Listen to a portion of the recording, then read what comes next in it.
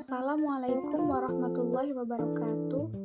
Saya Nuri Hadatul Aisy dengan NIM 207200045 dari kelas 5 C Tadris Biologi akan menjelaskan tentang perencanaan tes evaluasi dalam rangka untuk memenuhi tugas saya, yaitu evaluasi proses dan hasil belajar biologi.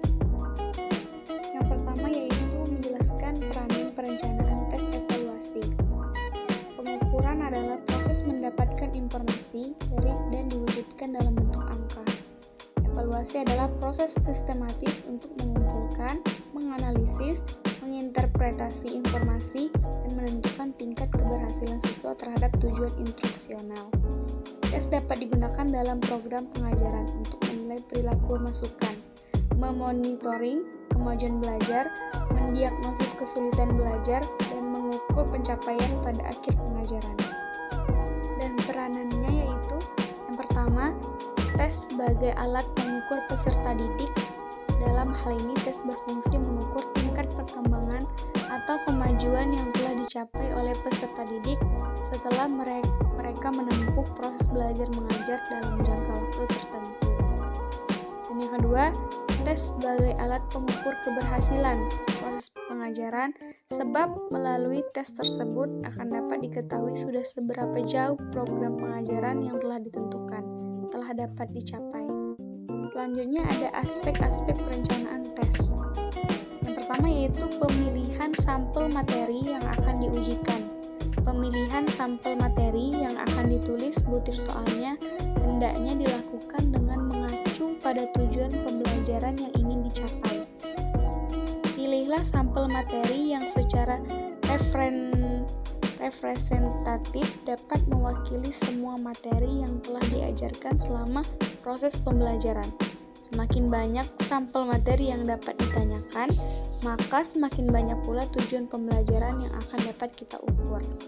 Yang kedua, jenis tes yang akan digunakan. Pemilihan jenis tes yang akan digunakan berhubungan erat dengan jumlah sampel materi yang dapat diukur, tingkat kognitif yang akan diukur, jumlah peserta tes, serta jumlah butir soal yang akan dibuat. Yang ketiga adalah jenjang kemampuan berpikir yang ini ingin diuji. Setiap mata pelajaran mempunyai penekanan kemampuan yang berbeda dalam mengembangkan proses berpikir siswa. Dengan demikian, jenjang kemampuan berpikir yang diuji pun berbeda-beda. Jika tujuan suatu mata pelajaran lebih menekankan pada pengembangan proses berpikir, analisis, evaluasi, dan kreasi, maka butuh soal yang akan digunakan dalam ujian harus dapat mengukur kemampuan tersebut. Demikian juga sebaliknya. Yang keempat, ada ragam tes yang digunakan. Seperti telah dijelaskan sebelumnya, bahwa ada beberapa ragam tes yang dapat dipergunakan sebagai alat ukur hasil belajar siswa, baik itu berupa tes objektif maupun tes uraian. Untuk tes objektif dapat dipilih tes BS, tes menjodohkan, atau tes pilihan ganda. Yang kelima adalah sebaran tingkat kesukaran butir soal. Pada umumnya, ahli pengukuran sepakat bahwa butir soal yang dapat memberikan informasi yang besar kepada guru adalah butir soal yang tingkat kesukarannya sedang. Secara teoritis, dapat dilihat bahwa butir soal dengan tingkat kesukaran 0,5 akan sangat memungkinkan mempunyai indeks daya beda maksimal. Yang keenam, ada waktu yang disediakan untuk pelaksanaan ujian. Lamanya waktu ujian merupakan faktor pembatas yang harus diperhatikan dalam membuat perencanaan tes. Lamanya waktu ujian akan membawa konsekuensi kepada banyaknya butir soal yang harus dibuat. Jumlah butir soal yang akan diujikan harus diperkirakan agar dapat diselesaikan dalam waktu 90 menit. Jumlah butir soal tidak boleh terlalu banyak atau terlalu sedikit. Jika butir soal yang disediakan terlalu banyak, maka set soal tersebut tidak akan dapat diselesaikan dalam waktu 90 menit. Jika batas waktunya 90 menit. Dan yang terakhir adalah jumlah butir soal.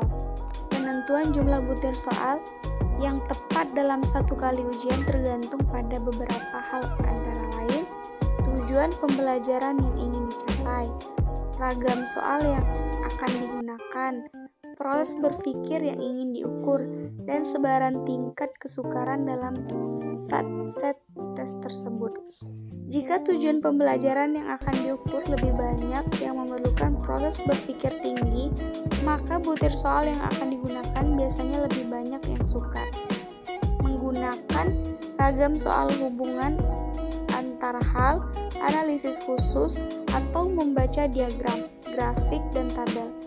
Jika itu yang diinginkan, maka butir soal dalam set tes tidak akan terlalu banyak. Selanjutnya ada hubungan perencanaan tes dan kisi-kisi tes. Tes adalah alat yang direncanakan untuk mengukur kemampuan, keahlian, atau pengetahuan. Setiap kegiatan belajar harus diketahui sejauh mana proses belajar tersebut telah memberikan nilai tambah bagi kemampuan siswa. Salah satu cara untuk melihat peningkatan kemampuan tersebut adalah dengan melakukan tes. Tes sebagai alat penilaian adalah pertanyaan-pertanyaan yang akan diberikan kepada siswa untuk mendapat jawaban dari siswa dalam bentuk lisan, tes lisan, dalam bentuk tulisan, tes tulisan, atau dalam bentuk perbuatan, tes tindakan. Dan kisi-kisi tes sangat diperlukan dalam membuat perencanaan tes, karena kisi-kisi tes merupakan deskripsi kompetensi dan materi yang akan diujikan. Tujuan penyusunan kisi-kisi adalah untuk menentukan ruang lingkup dan sebagai petunjuk dalam menulis soal. Kisi-kisi menggambarkan proporsi banyaknya butir soal atau setiap pokok atau subpokok bahasan dan setiap tingkat kemampuan pada ranah kognitif. Baiklah, itu tadi penjelasan dari peranan perencanaan tes evaluasi, aspek-aspek perencanaan tes evaluasi, dan hubungan antara perencanaan tes evaluasi dan kisi-kisi tes evaluasi. Lebih dan kurangnya saya mohon maaf dan saya akhiri.